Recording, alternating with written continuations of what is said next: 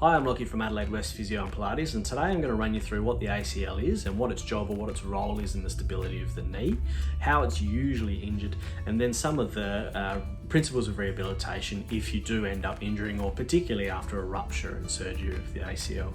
So we've got a model of our knee here. It is a little bit beat up. It's had a few injuries. So we've got one of the ligaments over here is a little torn and through the back, but it has all of the ligaments and the meniscus and all that kind of stuff here. So it gives a pretty clear idea of what's going on. So to start off, we'll talk about the bones.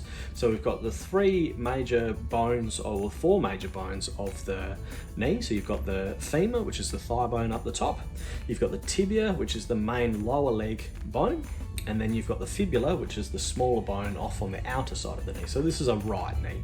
And then just tucked in there is the kneecap or the patella. So those are the four bones of the knee.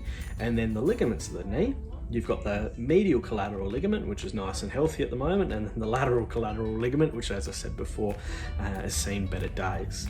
On top of that as well, we've got the two cruciate ligaments. So the anterior cruciate ligament, or the ACL, it was just poking through there at the front, and then the other ligament that was torn out the back was the posterior cruciate ligament.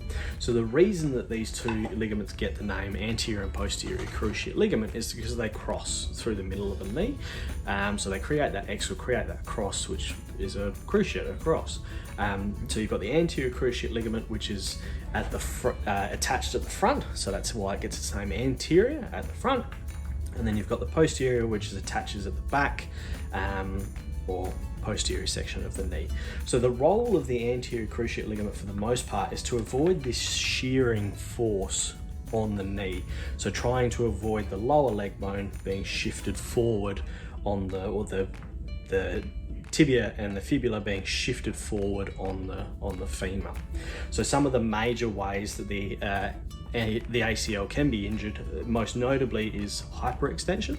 So the major movements of the knee are flexion, so bending of the knee, and then extension, so bringing it back to that neutral position. Hyperextension, what is occurring there is that it's going further into that extended position, and it puts a lot of strain on the ACL. The next most common form of injury, or a force that can cause an ACL injury, is when the upper leg, the lower leg is fixed. So say if your foot gets stuck in the ground and then you're trying to change direction or change position, so that the upper leg, the thigh, the femur is rotating on the lower part of the leg, and that additional rotational force can cause the ACL to buckle and to rupture. One of the other big common ways for the ACL to be ruptured as well is that with the jumping and landing, that you can have a what we call a valgus force, or where the knee is forced inward. This can also result in what's called the unhappy triad, if you've ever heard of that one before.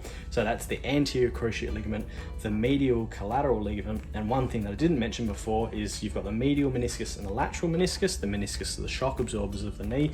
The medial meniscus is usually involved with that. So you've got the anterior cruciate ligament, the medial meniscus, and the medial collateral ligament are all torn or damaged in one way, shape, or form, and that's the unhappy triad.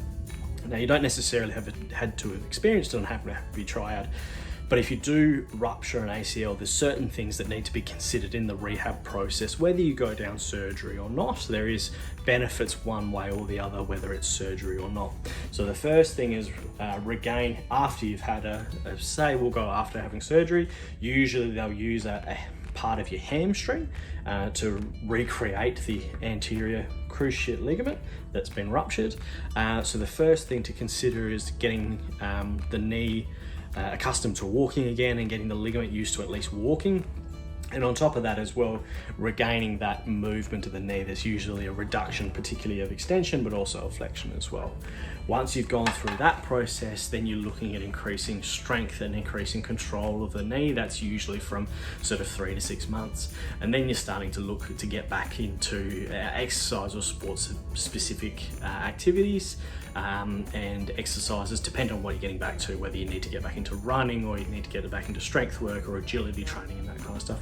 And then you're looking back towards getting back into sport. So those are the main things. So that's the ACL, what it is, the anterior cruciate ligament, where it is, what are some of the ligaments that are in and around the area, how it gets injured, and then some of the principles of rehabilitation. So if you've got any questions, feel free to send them through, and hopefully you do avoid an anterior cruciate ligament injury, but we're always here if you need a hand. Thank you.